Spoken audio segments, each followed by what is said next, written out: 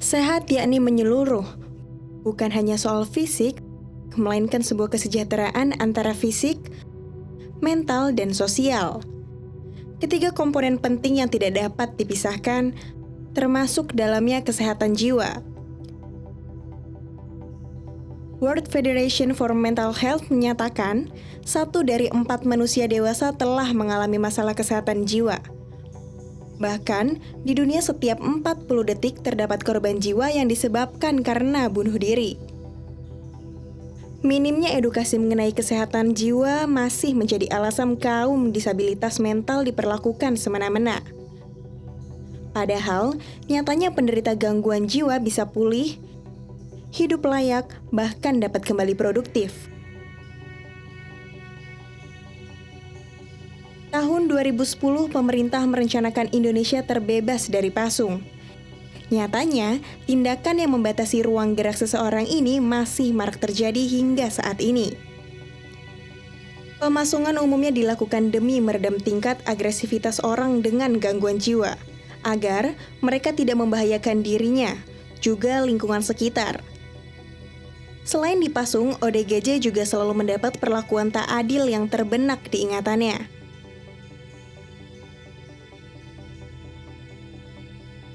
Jakarta merupakan salah satu kota paling aktif di Indonesia.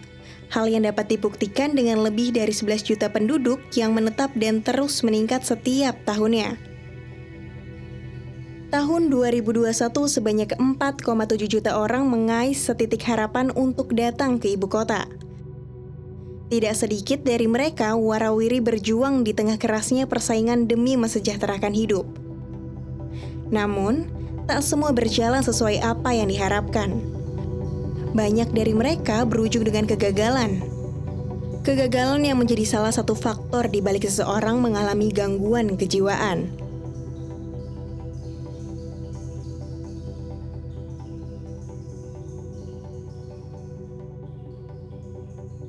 Ya kadang ada rasa takut juga ya, kayak takutnya dia atau galak atau gimana.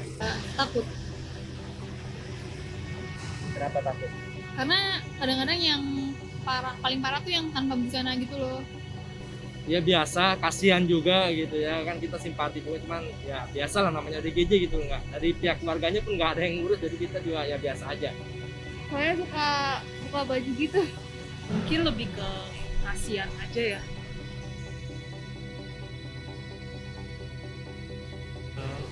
Bisa jadi dari psikologinya ya. Karena memang mentalnya terganggu sih, karena ada problem mungkin. Nggak ngerti sih, cuman mungkin emang ada masalah yang nggak bisa diselesain kali. Ya mungkin banyak faktor sih sebenarnya ya, kayak sosialnya, ekonominya mungkin, atau faktor-faktor yang lainnya juga gitu. Stres, tekanan dari keluarga, dari teman, sama lingkungan. Yang mereka butuhin mungkin teman satu ya, terus tempat gitu untuk yang pasti untuk penampungan mereka gitu ya kan. Terus juga mungkin untuk kesehatannya mungkin ya untuk diperhatikan juga. Lebih ke perhatian ya. Kayak kasih sayang kali, atau enggak rangkul segala macem. Kasih sayang. Rangkulan ya gitu.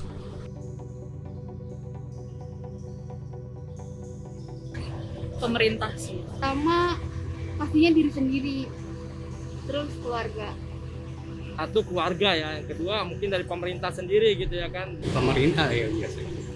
Nggak tahu sih, dia ada kayak panti sosialnya gitu buat orang kayak gitu. Pada umumnya sama sih. Sama dong, cuman mungkin perlakuannya aja yang harus dibedain aja. Mereka sama seperti kita, mungkin karena mereka ada keterbelakangan mental atau ada tekanan yang lain, mungkin jadi mereka seperti itu gitu. Sama. Kalau sama Sama karena mereka juga memang mereka berbeda hanya karena mereka butuh perhatian khusus aja sih. Tapi mereka tetap manusia seperti biasa.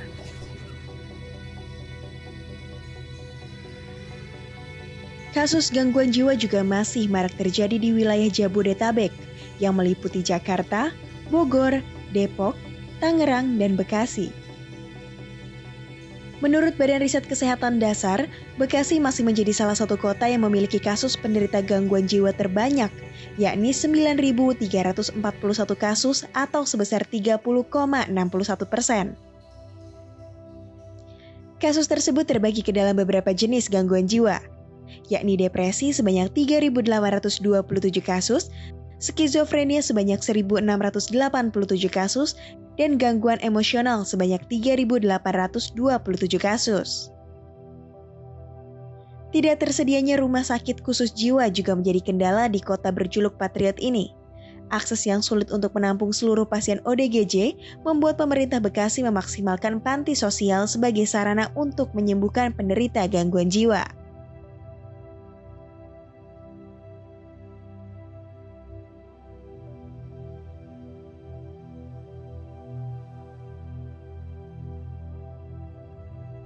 Saya Feni Dwi Primurdia, saya dari Dinas Sosial Kota Bekasi.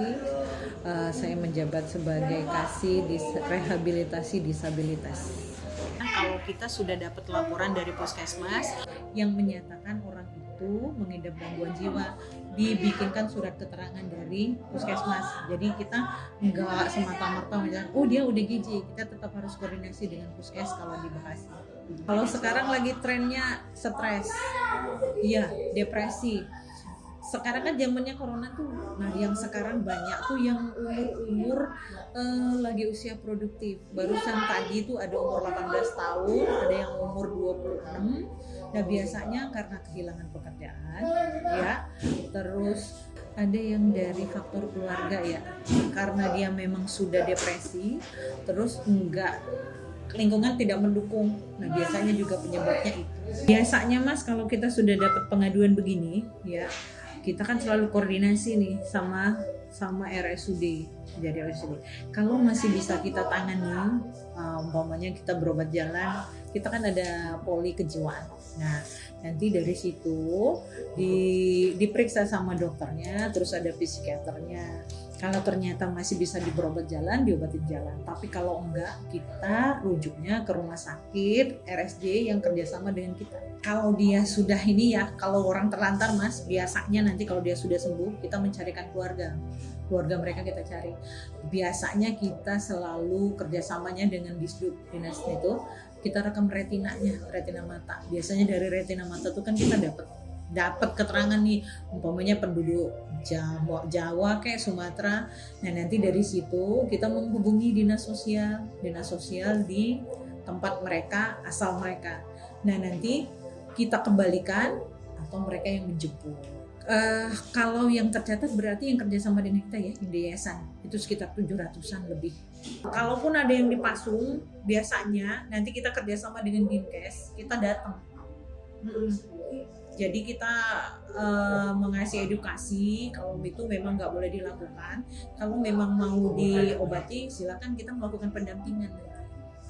Itu yang diperlukan edukasi itu kita susah. Biasanya kalau keluarga punya anak yang begini Mas, itu selalu disimpan. Saya kemarin punya kasus ya Mas ya, sudah 17 tahun kayaknya dikurung sampai badannya tuh bengkok begini. Nah begitu tahu dari media sosial, kita kan datang ke rumahnya, kita kasih pendampingan. Nah waktu itu kita rujuk ke rumah sakit Marzuki Baji. Alhamdulillah sih sekarang sudah walaupun yang namanya ODGJ kan nggak bisa sembuh total kecuali dia tetap makan obat seumur hidup. Nah sekarang mah alhamdulillah udah bagus. Jadi memang perlunya edukasi, kita kurang edukasi. Nah mengedukasi itu kan memang jadi tanggung jawab kita semua Mas. Iya, nggak bisa satu aja orang berdiri. Setiap orang tuh kan kalau menganggap orang gila kan pada takut.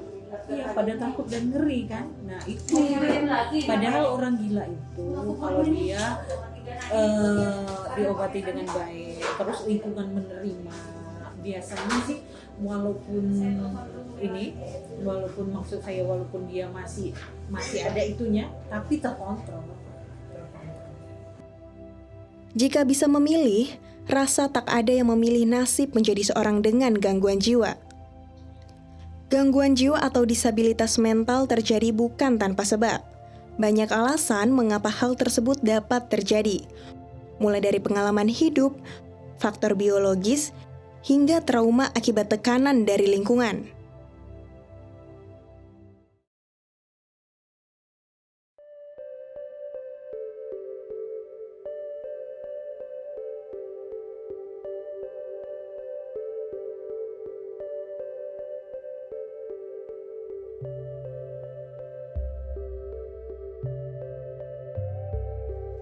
Sang surya menyapa hangat pagi itu.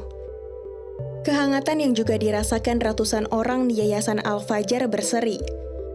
Mereka adalah pasien-pasien yang mengalami disabilitas mental atau biasa disebut gangguan jiwa. Terletak di bagian selatan Bekasi, tepatnya di Desa Sumberjaya, Kecamatan Tambun Selatan. Yayasan ini telah berdiri lebih dari 10 tahun. Berawal dari tanah seluas 100 meter, hingga kini memiliki luas 8.500 hektar. Secara nyata telah menjadi rumah untuk jiwa-jiwa yang hilang.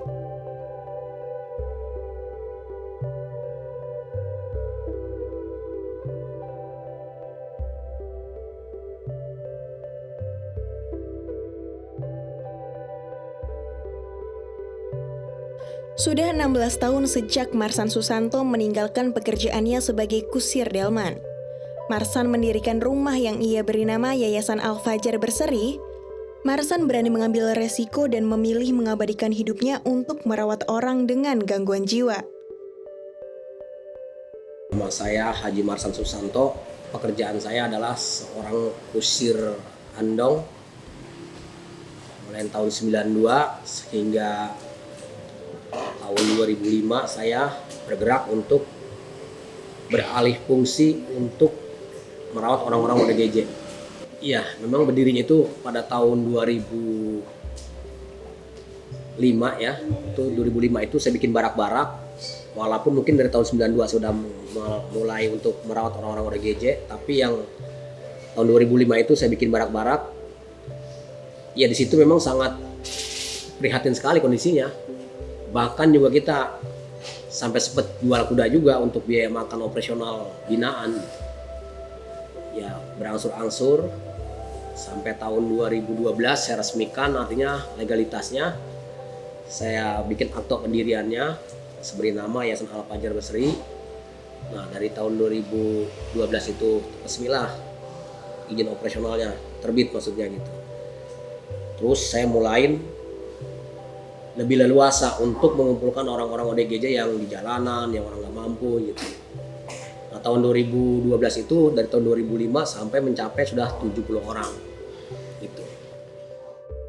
Dalam perjalanannya, Yayasan Al-Fajar Berseri berdiri bukan tanpa hambatan. Mulai kesulitan dalam hal materi hingga halangan datang dari lingkungan sekitar yang menolak hadirnya rumah bagi kaum disabilitas mental. Namun, berkat kegigihan serta ketulusan, rumah ini dapat terus tumbuh dan diterima di hati masyarakat. Tahun 2014 terjadilah gesekan masyarakat.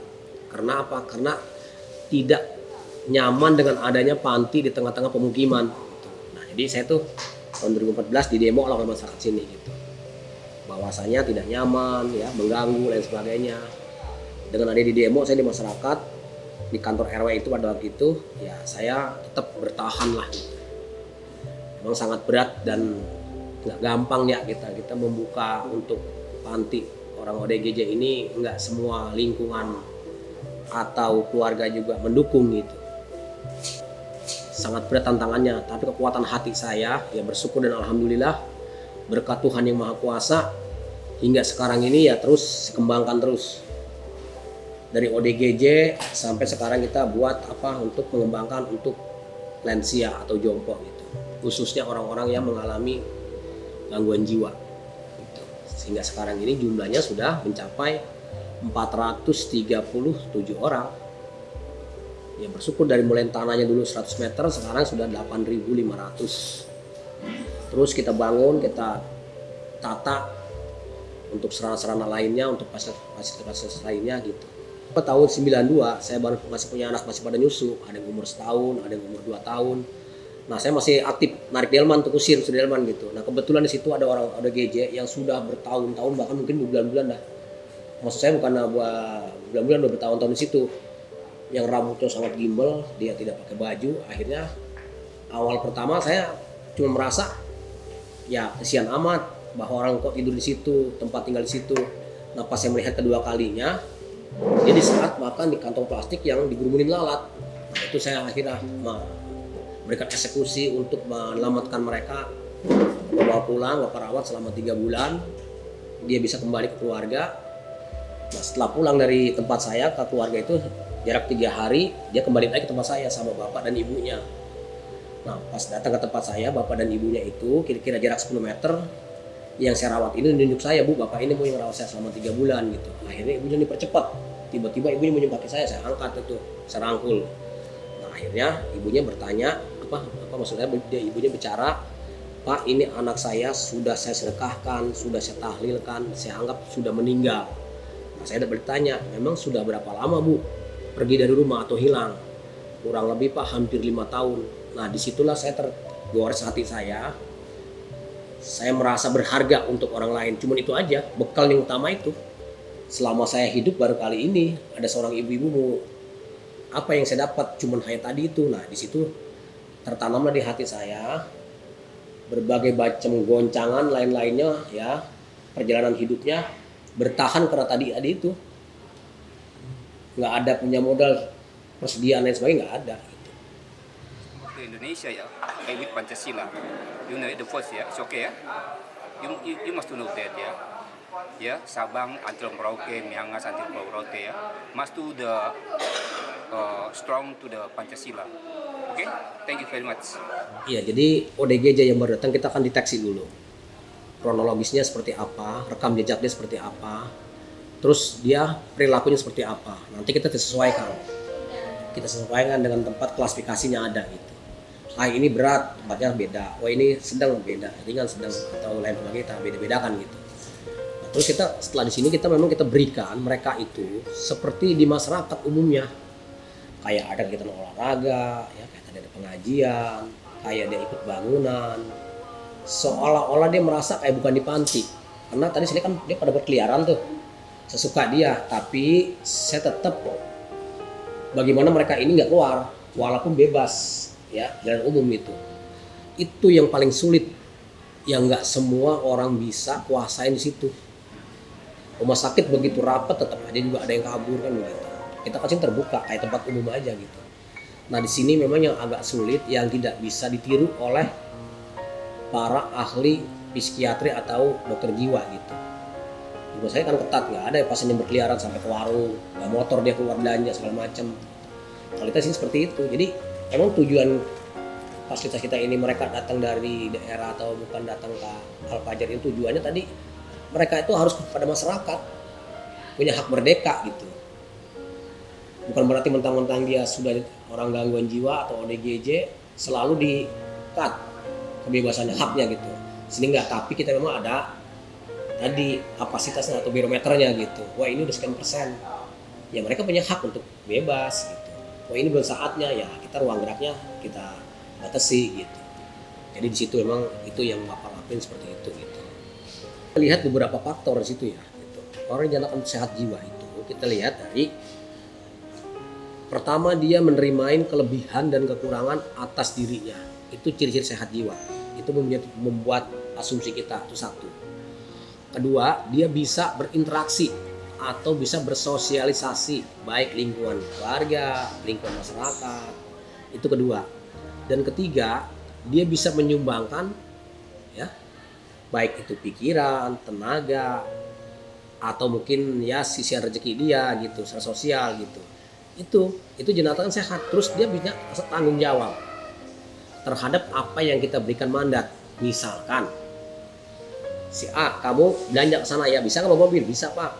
Nah setelah kita tanya dia bisa, tapi prakteknya nggak bisa, itu belum. Terus dia punya tanggung jawab dan juga dia bisa membedakan pola pikir dia gitu. Mana yang memang nggak baik, mana yang baik. Gitu. Kan harus punya pilihan, orang saya kan punya pilihan. Tapi kalau orang ODGJ kan nggak punya pilihan. Dia ngikutin rangsangan dia, tapi pola pikirnya nggak dipakai. Nah itu tadi yang bisa membedakan gitu. Nah kalau yang tadi kita bedakan begini, ada yang bicaranya seperti orang sehat, tapi kita lihat perilakunya masih aneh-aneh. Contoh malas mandi, ya, jorok gitu, merasa dirinya nggak sakit, terus dia merasa dirinya ini paling hebat. Nah itu artinya belum nyatakan sehat, walaupun kalau secara kita berargumentasi sama dia, kita juga mungkin bisa kalah gitu ya, karena mungkin dia bicaranya kan lebih baik, lebih pandai lah gitu. Tapi kita bukan soal lihat bicaranya aja, dari perilakunya, tanggung jawabnya dan sebagainya, banyak lah ya sudut-sudut pandang yang harus kita bakal nyatakan orang ini sehat secara jiwa. Nah saya di situ, saya lihat inilah orang sehat.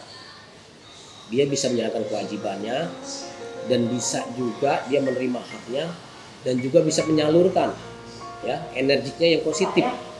Dia bisa berinteraksi pada satu dengan yang lain dan selalu berpikirnya positif terhadap lingkungan keluarga maupun lingkungan masyarakat maupun dimanapun dia berada. Dia selalu bisa menjaga diri sendiri, punya etika, ya, bertanggung jawab. Nah itu baru dinyatakan sehat gitu. Kan di sini kan ada tuh yang kerjanya benar orang sehat, tapi ya kita belum nyatakannya sehat. Ada beberapa poin-poin yang harus dipenuhi baru dinyatakan dia sehat jiwa gitu. Ibu-ibu kasih minum.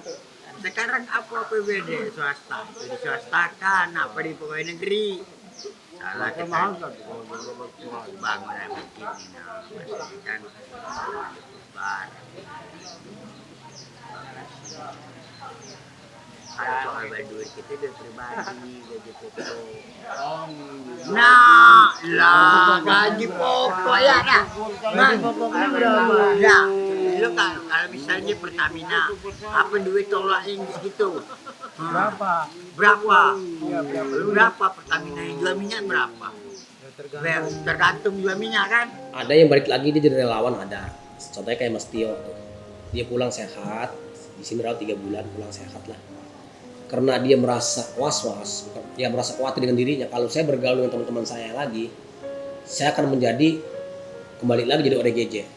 Tapi kalau saya udah mawas diri, daripada saya di rumah nggak ada kerjaan, kegiatan bergaul lagi, lebih baik jadi relawan di Alpajar. Nah, sekarang jadi relawan, ada juga yang balik lagi gitu keadaan gak kumat gitu. Itu tadi, karena kan di lingkungan itu kan nggak 100% merangkul dia. Ini faktor stigma terutama. Stigma itu membuat ODGJ itu lebih mudah kumat atau kembali kepada penyakitnya. Pertama stigma keluarga. Rasa was-was takut kehadiran dulu udah pernah ngamuk, pernah melukain, itu satu. Kedua faktor lingkungan. Diasingkan mereka. Itu memicu untuk lebih mudah dia kambuh. Makanya orang ODGJ ini sensitif. Ya semuanya kita turut, pokoknya kita sama-sama. Ada arti juga. Terus di sini kalau Brebes berhias, kalau Tegal Bahari, aku Brebes berhias karena wanita. Udah pernah ke sana? Wana berarti sari perempuan. Ya, wanita jadi berhias terus. Kalau Tegal itu Tegal Bahari. Kalau aku Brebes berhias.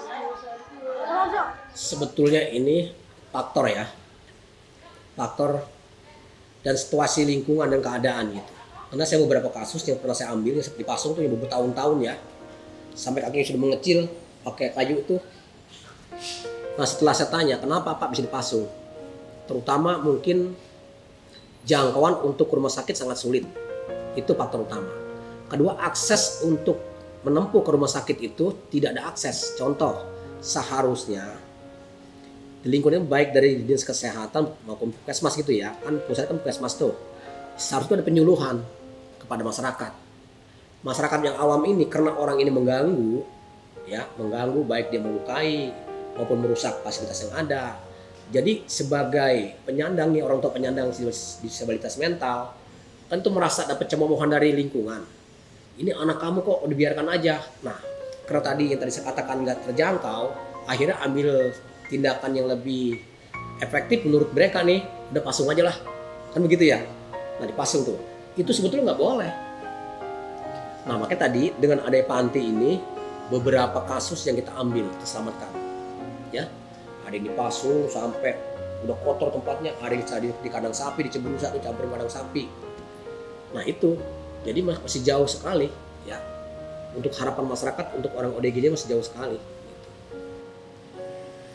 Khususnya di daerah terpencil gitu ya, di daerah yang masih jauh untuk dijangkau gitu. Yang jelas sangat-sangat tidak manusiawi. Memang itu sebetulnya kan tugas pemerintah ya. Pemerintah itu menginstruksikan kepada pusat kesehatan. Walaupun Puskesmas itu tidak menangani orang ODGJ, setidaknya dia memberikan akses, rekomendasi lah, supaya alur tahu, Pak ini harus bawa ke sini. Ini yang misalkan di masyarakat nih, Pak harus ini bawa misalkan bawa ke rumah sakit Marzuki Mahdi Bogor, rumah sakit jiwa. Nanti kan itu dapat rekom tuh dari kesehatan tuh. Nah nanti nih pemerintah tempat nih mungkin Pak RT, Pak Lurah, ini segera ambil tindakan, bawalah ke rumah sakit, di sana dirawat. Nanti setelah dirawat, dia sudah ada pemulihan, tinggal nanti mungkin istilahnya dikasih obat itu untuk rawat setelah selesai dirawat di rumah sakit. Nah dikasih obat itu teratur. Nah obatnya jangan putus-putus, kalau diputus nanti dia kembali lagi. Nah di sini kebanyakan dari pihak keluarga nih, satu dia tidak sabar untuk mengawasinya, itu satu. Kedua, mungkin kadang-kadang si ODGJ ini merasa dia sehat, dia nggak mau diajak kontrol dan sebagainya. Wah sudah sehat saya nggak mau minum obat, ngapain minum obat saya nggak sakit. Nah inilah yang jadi masalah juga gitu. Makanya saya mengambil kesimpulan bagaimana nih penemuan saya atau penelitian saya, mereka sehat tanpa obat. Rumah sakit pun juga sebetulnya ingin seperti itu. Kenapa tidak ada masalah-masalah lain, tidak melibatkan orang lain? Kalau ini kan harus diawasi minum obatnya. Nanti kalau obatnya habis harus kontrol rumah sakit. Nah ini jadi masalah. Kalau dia sudah punya rasa mandiri tanpa melibatkan orang lain, itu malah baiknya. Tapi kadang-kadang kan namanya ODGJ ini kan selalu didampingi. Ini jadi masalah. Makanya di keluarga itu kebanyakan kalau rumah sakit sudah tetap aja hasilnya nggak memuaskan, kumat lagi seumpamanya gitu. Ya, lama-lama udah dibiarkan. Atau kalau misalnya dia mungkin melakukan hal-hal yang lebih sensitif, merusak atau mengganggu keamanan orang lain, mengancam keselamatan orang lain, pasti akan dipasung lagi. Itu.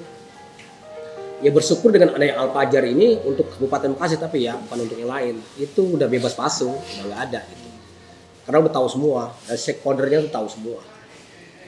Dari instansinya bahwa kita ini ada Alpajar untuk mendidik orang-orang seperti ini gitu, melalui satu kadin sosial maupun ke kita langsung gitu. Ketuhanan yang Maha Esa. 5. Kemanusiaan yang adil dan beradab. 3. Persatuan Indonesia. 4. Kerajaan yang dipimpin oleh hikmat kebijaksanaan dalam permusyawaratan dan perwakilan. 5. Keadilan sosial bagi seluruh rakyat Indonesia. Kembali tempat.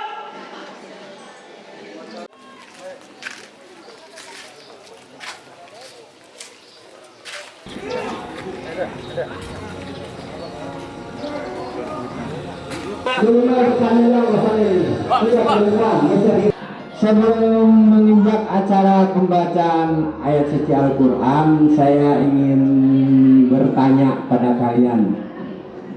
Kalau rukun Islam ada berapa? Coba sebutkan 1. Terus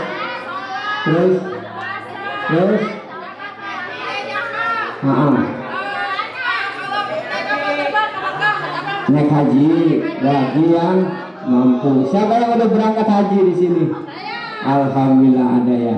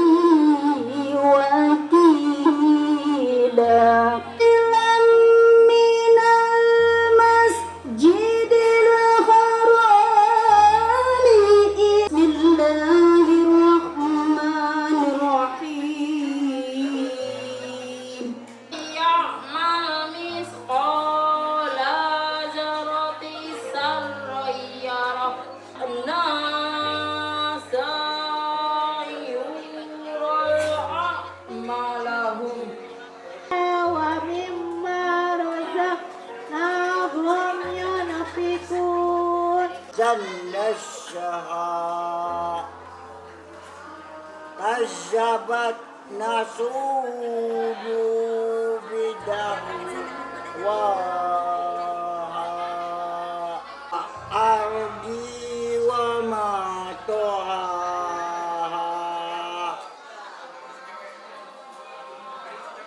wan nafsi wa ma wasyawa. Upacara hari Senin tanggal 3 Mei 2021 dibantu rehabilitasi disabilitas mental Al-Fajar Berseri Tambun Selatan. Persiapan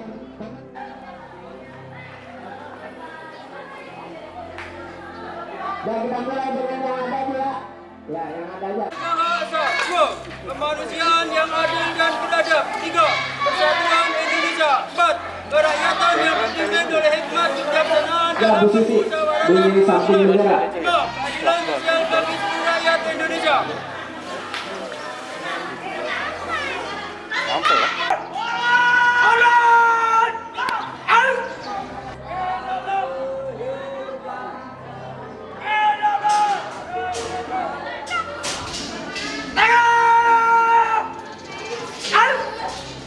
Assalamualaikum warahmatullahi wabarakatuh. Waalaikumsalam. Ya, nama saya Iwan. Saya ngikutin Pak Haji dari belum lama sih, baru dari tahun 2016. Kalau hal-hal ini sih banyak ya, tapi kalau dalam segi kelucuan mereka ya banyak juga. Dalam arti kelucuan mereka itu sering menghibur kita juga. Kadang-kadang mereka itu suka bercandanya sama kita juga. Ya kadang-kadang ada juga kita tegur gitu ya. Misalkan dia ada kesalahan. Ya walaupun kita ada kesalahan ya kita masih bisa maklumi ya. Seperti ini ya kita arahin yang lebih bagus lagi. Ya kalau kesalahan sih pasti ada. Kadang-kadang kita suruhnya bersih ini, kayak ini kan nyapu nih. Tiba-tiba dia ngambilnya yang lain. Kenapa kok nyapunya belum bersih, ini udah ditinggal aja paling itu. Kalau nggak salah 10 blok. 10 1 2 3 4 5 ya 10. Beda-beda. Sama aja sih kalau pasiennya mah sama aja, gedungnya sama aja ya.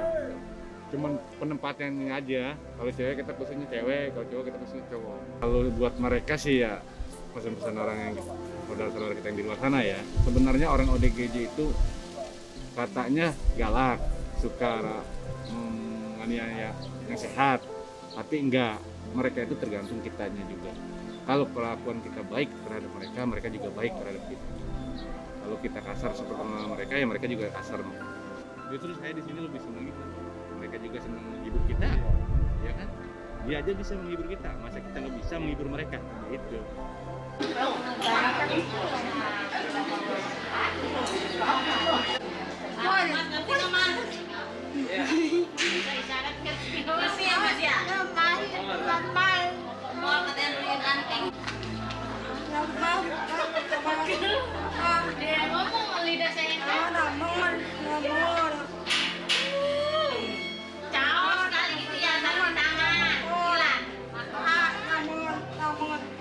Umurnya 35 tahun. Ikut ya teh. Ampun. Terus yang masuk sama yang pulang tuh lebih banyakan yang masuk mas. Ya, lebih banyakan yang masuk. Bisa kadang-kadang kita ya seminggu tuh bisa 6 atau 7 orang yang masuk tuh seminggu dibanding yang pulang. Karena kebanyakan mereka ini ada yang nggak mau pulang. Karena kenapa kalau dia pulang akan teringat masa lalu dia, masa kelam dia. Saya lebih nyaman di sini. Nah itu.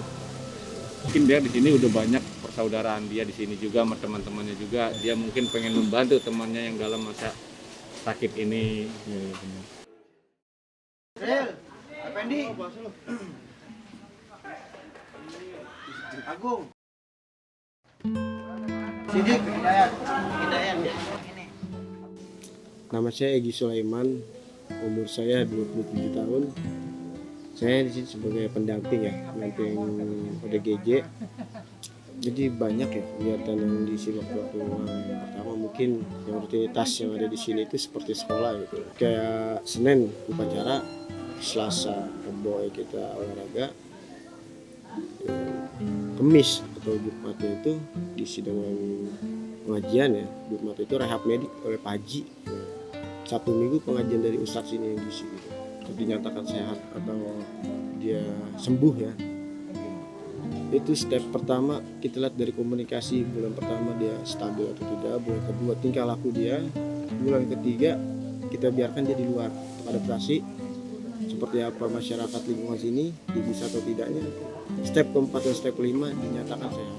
Kalau stabil itu pun selama 5 bulan, kalau stabil dia sehat pulang ya. Sangat tidak manusiawi, mereka punya hak ya. Jadi sebenarnya ODGJ ini sama seperti kita, cuman bedanya dia kurang beruntung. Dan mungkin nasibnya atau takdirnya dia pun nggak mau seperti itu gitu. Dengan cara kita menyentuh hatinya, kita kasih sayang, perhatian yang lebih, perhatian yang khusus, insya Allah dia pun bakal sendirinya alami itu, dia mengikuti. Oh ini loh hidup normal, oh ini seperti ini, oh ini seperti itu gitu. Dia bakal mengerti sendiri nantinya gitu. Nggak harus kita pasung gitu, boleh kita pasung cuman hitungan jam, jangan sampai puluhan tahun, itu tidak manusiawi.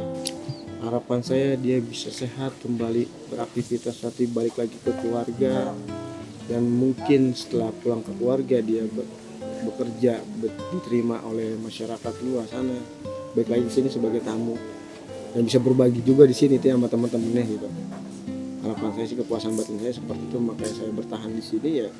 Adil lagi kepuasan batin diri saya gitu, nggak bisa ditukar oleh uang lah, intinya gitu aja. Halo teman-teman, selamat siang. Aku lagi makan di Yayasan Al-Fajar Berseri. Oh iya, sekarang aku dalam rangka bikin skripsiku loh. Aku lagi makan siang nih bareng teman-teman yang lain. Assalamualaikum semuanya, youtuber muda, influence muda, dan kaum muda-muda dan milenial yang lain.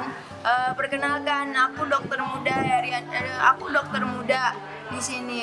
Namaku Dora Heriani Abdullah Latos atau Nur Aryani Abdullah Latos atau Siti Aisyah Abdullah Latos. Gimana teman-teman kabarnya? Oh iya, udah lama loh aku nggak bikin YouTube bareng Koko Brian, bareng Bang Surya dan yang lain-lainnya.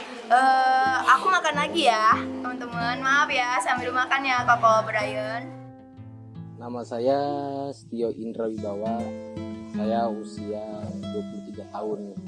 Nah, profesi saya di sini, saya itu sebagai pengurus Yayasan Al-Fajar Berseri.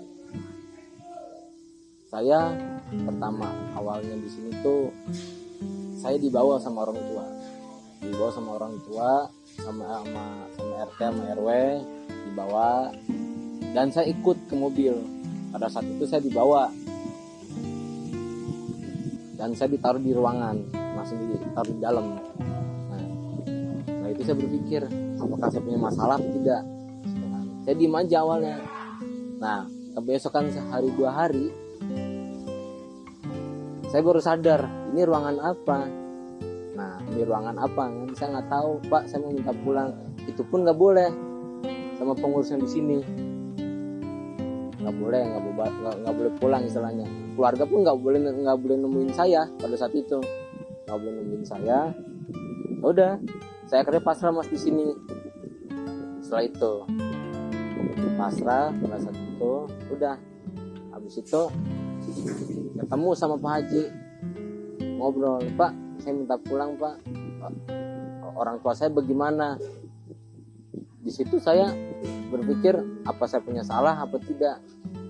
Ya udah, akhirnya saya diem. Pada saat itu diem. Akhirnya saya ditanya Pak, kamu tinggal di mana? Saya tinggal di Wilayah 4 Pak. Harusnya saya di sini Pak, masih Bekasi. Kenapa kamu dibawa ke sini? Saya punya salah sama orang tua Pak. Saya udah meresahkan warga di perumahan saya. Ya udah, kamu diem aja dulu di sini, nggak boleh kemana-mana dulu. Tapi orang tua saya gimana? Udah, orang tua kamu ada. Kamu nggak usah mikirin dulu itu, yang penting kamu sembuh di sini. Ya udah deh Pak, kalau gitu Pak. Sehari 3 hari saya masih dalam Pak. Pada saat 4 hari saya dikeluarin tuh untuk bisa bantuin di sini. Dalam arti kata bantuin apa? Ngasih makannya. Paling terutama mandiinnya. Bener nggak mandiinnya? Bersih nggak mandiinnya? Gitu loh. dites sama Pak Haji, udah akhirnya udah kamu di sini dulu, nanti waktu tiba waktunya pulang ada, yang penting kamu jangan mikir yang aneh-aneh, jangan mikir yang enggak, kasihan orang rumah tuh. Ya udah Pak kalau gitu. Nah jadi akhirnya saya setelah keluar dari sini, saya udah punya pengalaman, terutama saya udah bisa, dalam arti kata udah bisa dari diri dulu Mas. Yang penting niat kita, hati kita dulu yang diniatkan untuk bisa, yang diniatkan untuk sembuh. Yang paling penting itu satu. Saya dulu kerja sebagai OB, office boy.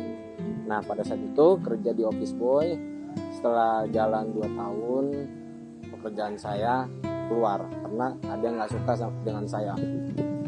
Nah dari situ Mas, saya udah mulai bingung mana lagi, orang tua udah nyariin saya emang udah kabur dari rumah selama 5 tahun.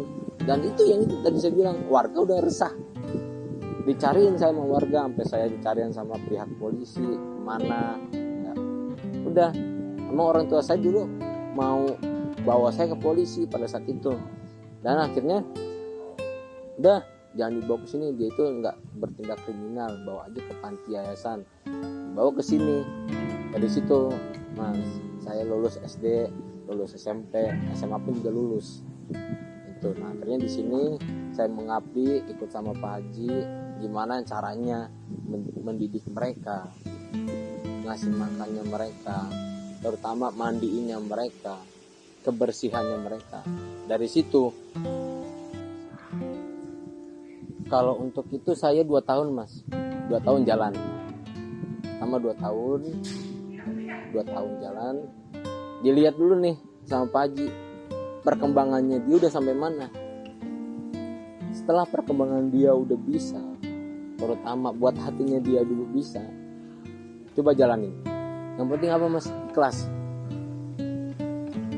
Sama orang tua pun gak ngasih saya banyak, cuman ini deh buat uang jajan kamu 2.000, itu saya nggak kasih, nggak saya nerima cuman nggak saya kantongin doang. Ya udah nggak apa-apa buat jajan doang mah, yang penting kamu jangan mikirin enggak.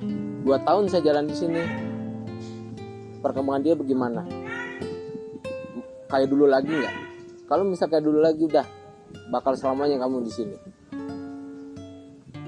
Dilihat dulu perkembangan dia 2 bulan, 2,5 bulan baru saya nyatain bisa untuk kembali ke rumah. Dalam arti kata dia di rumah itu bisa nggak buat kayak dulu lagi.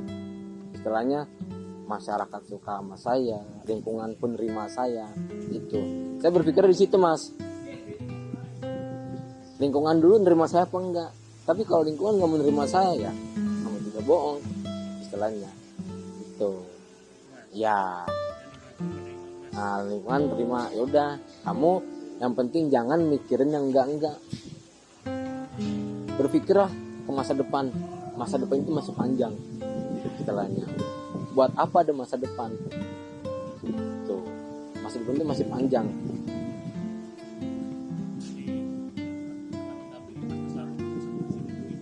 Ikhlas dulu, yang penting ikhlas. Kalau kita berpikir ke belakang itu sama sekali. Tapi gini Mas, saya nggak jadi kayak gini tuh bukan saya sendiri.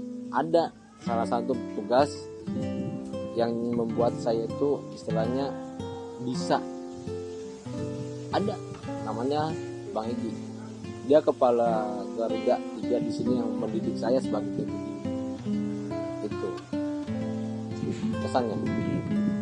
kesannya itu ya ada susahnya, ada senangnya. Kita bareng-bareng. Yang penting gimana caranya dia bisa sembuh, gimana caranya dia bisa beradaptasi lagi sama keluarga.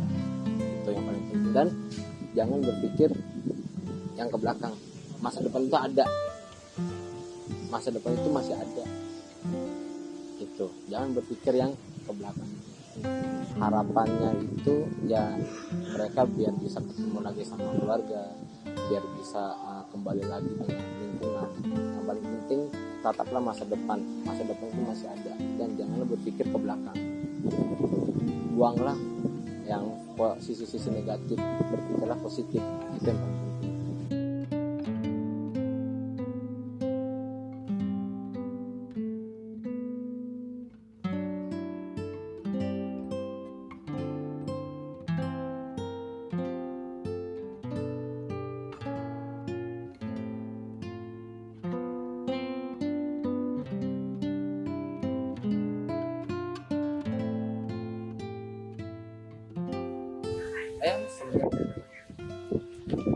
Tuh, dia udah bisa belum buat jaga diri dia apa sama mandi kerapiannya dia.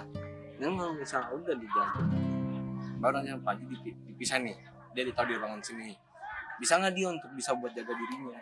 Tapi kalau misalnya belum bisa, ya sama juga nggak. Itu yang penting dari diri, iya. Dan misalnya kerapiannya, disiplin, terus tugas terutama dia ngapain. Kayak begini kan semua kan udah bisa di luar. Jadi istilahnya dia udah bisa buat diajak komunikasi dengan catatan dia udah bisa buat mengatur dirinya dia benar. Nah ini ruangan perempuan. Ini udah perempuan cuma 1, 2, 3, 4. Itu ada acara-acara di sini, olahraga, upacara, jemur pun di sini. Memang tempat kumpulnya biasanya pasien di sini. Jadi kalau di gedung ini kebanyakan apa nih mas yang PPD 1, 2, 3, 4, 5? Apa ya? Kalau untuk dibedain sih sebenarnya sama aja. Ya kan sama-sama karakter. Itu ada yang agresif, ada yang pasif, ada yang pendiam. Salah dia berbagi karakter, ya sebenarnya sama aja. Kita ke ruangan belakang. Nah, jadi ini ruangan isolasi ini dia untuk bisa belum beradaptasi dengan catatan kita di sini dulu sebulan sama tadi. Tapi kalau misalnya seandainya sebulan dia udah bisa buat normal lagi, kita kembali. Nah, kan gitu. Ini sama gini kan. Ini kan dianjurin sama dia semua nih, itu dan segala macam. Dengan dia masih belum bisa berkembang. Itulah apa aja dihancurin kalau misalnya kamu belum baru datang. Tapi dengan catatan dia nih misalnya udah kamu taruh sini dulu, diem aja. Nah, kita lihat dia ini bisa nggak buat ngapain. Kita tinggal, daripada kita tinggal nggak kita tinggal selamanya gitu. Kita tinggal nanti dilihat lagi nih dia lagi ngapain nih, diajak keluar. Nah, kalau misalnya dia udah jadi keluar baru udah tanya dia bisa untuk coba kamu beresin barang-barang ini, beresin dalamnya, bisa nggak itu ini pintu itu kan anjur sama dia semua, pintu dalam itu kan itu. Tapi kalau misalnya dia perkembangannya udah stabil, udah normal dengan catatan dia udah mulai bisa. Tapi kita arahin dia harus ngapain, dia harus beresin ini tuh. Banyak kan yang bicara di ruangan ini tuh yang masih banyak harus dibimbing. Iya, masih banyak dibimbing dan dia harus bisa buat bekerja lagi.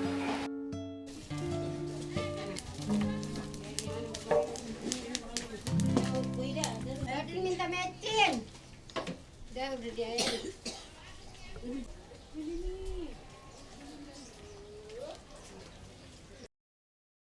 Para pasien-pasien ODGJ ini memiliki aktivitas layaknya orang normal.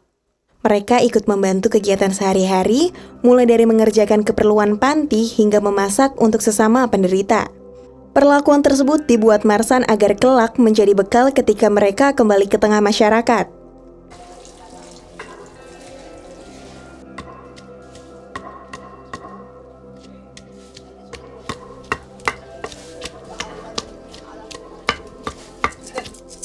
Ibu apa ini namanya? Parti. Oh Ibu Parti. Iya, Ibu Parti. Ibu udah berapa lama di sini? Kalau jalan 3 tahun kali ya. Punya dari gedung lama itu. Pindahan dari gedung lama. Jadi Ibu 3 tahun di sini tugasnya ngapain aja biasanya? Kesehariannya? Sehariannya ya itu nyuci piring kita. Bagi-bagi nasi bantu ibu ini nih.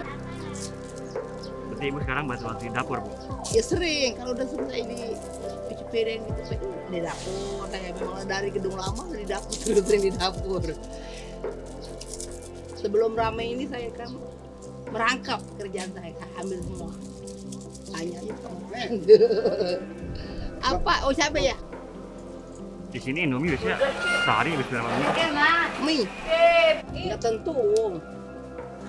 Ya kira kadang 3 box besar ini. Ya dibagi itu gedung ini. Bagi berapa tuh?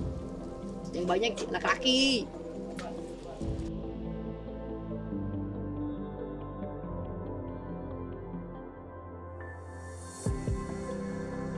Terdapat sekitar 400 lebih pasien yang tinggal di yayasan ini, menyebabkan kebutuhan logistik begitu membludak. Tentu situasi tersebut menjadi salah satu hambatan bagi Marsan. Bantuan dari pemerintah pun tak cukup memadai. Namun, berkat uluran tangan donatur yayasan ini dapat terus menjadi rumah bagi mereka yang membutuhkan. Perkenalkan, nama saya Mangun Sasmito, umur 30 tahun, hobi sepak bola. Nama Taim, umur 23 tahun, lahir di Bekasi. Nama saya Rizky Farhansyah. Ya, kesini kira-kira ya mau sebulan lah. Udah sekitar 4 bulan. Kalau saya di sini udah 4 bulan, hampir 4 bulan di sini. Sebelum saya dibawa ke sini kayak kesibukannya itu tanam buah-buahan kayak pepaya, kayak buah jeruk, terus sama buah pir kadang-kadang gitu. Sebenarnya gimana sih Mas awal masuk bisa ke yayasan ini? Oh, saya dijemput Mas. Iya, dijemput Bang. Dijemput dari rumah, baru aja belum bangun lah ya kan. Tiba-tiba dari sana masuklah ya kan. Udah gitu bangun sayanya ya kan. Oh ya kan, ayah saya ngomong gini, teman kuliah, padahal bukan teman kuliah ya kan. Tiba-tiba dari sana, mungkin dari sini atau suruhan dari sini ya kan, langsung aja pas di sana saya dibawa lah, tangan di ini dipakaikan alat gitu. Ada sempet marah-marah juga di rumah, terus kayak kompleks banyak, akhirnya dibawa ke sini. Depresi masa lalu yang buat saya dibawa ke sini. Ya. Seharian saya mungkin ya nyari informasi tentang apa gitu ya kan. Kalau nggak nyari informasi, main laptop, terus nongkrong di warung kopi gitu. Sebelum di yayasan saya sekolah, bekerja juga pernah. Bangun pagi, terus mandi, biasanya bantuin nyiapin sarapan, terus setiap minggu tuh ada olahraga gitu, pagi juga ada senam gitu, pengajian juga ada di sini. Seminggu berapa kali gitu saya lupa. Ya pengalamannya ya lumayan ya, dari yang menyenangkannya itu kayak makan bareng lah istilahnya kan. Iya, jarang-jarang kok makan bareng di sini ya kan. Itu aja salah satunya.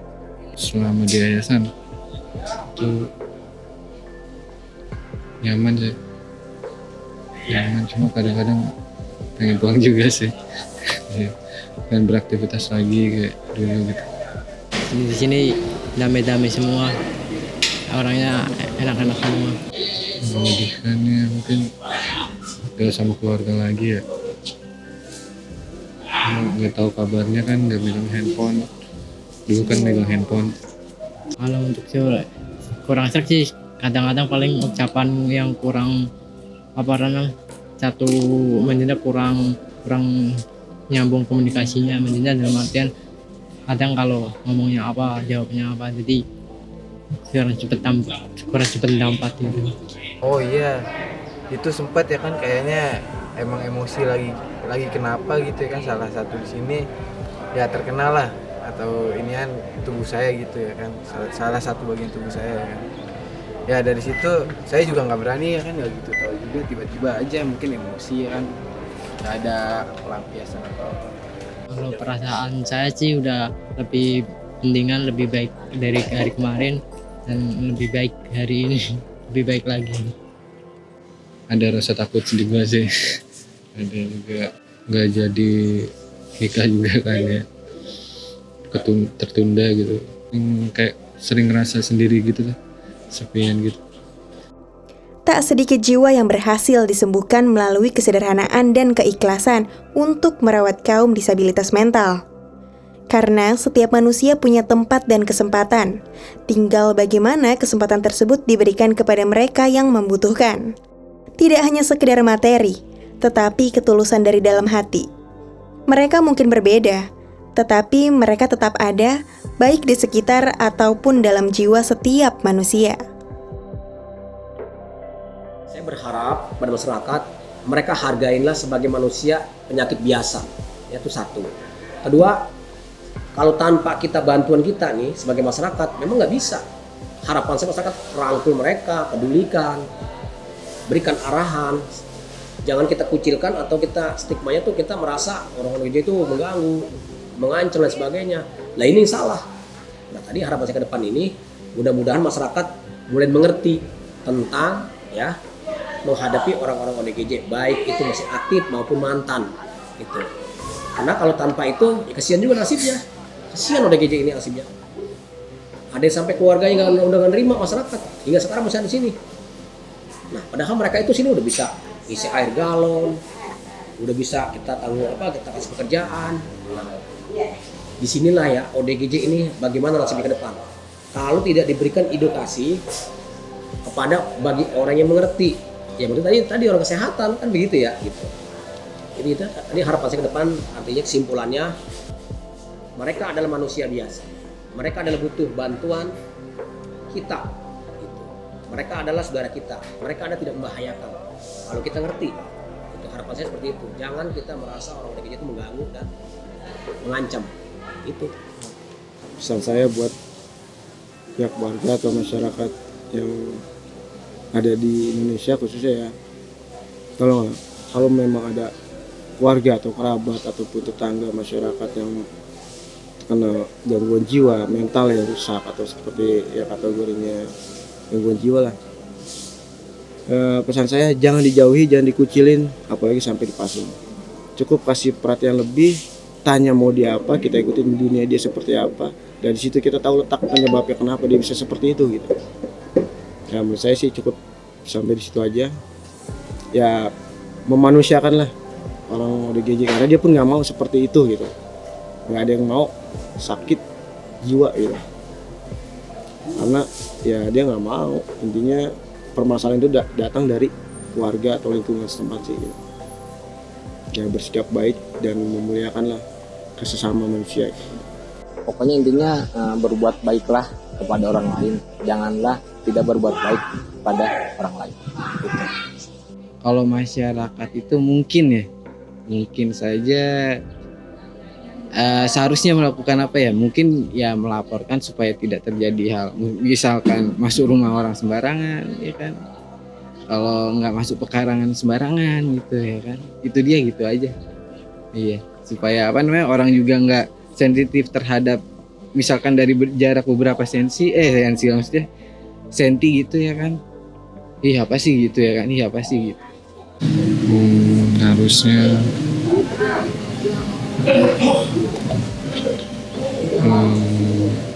lebih mungkin lebih sering bertanya aja ya pada mereka ya. Jadi mungkin dari situ kan lebih jadi memahami gitu ya, kayak gini aja mungkin lebih peduli lah gitu ya. Ya kalau untuk masyarakat, untuk yang kurang keterbatasan mental itu lebih baik lebih ke kasih sayang atau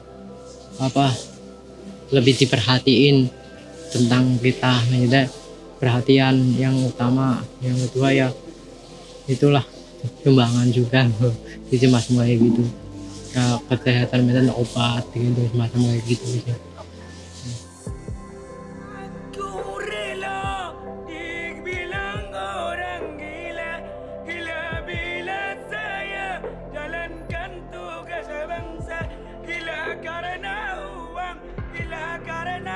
Karena salah, kalau gila ditanya gila, bukan Om Roma yang gila, bukan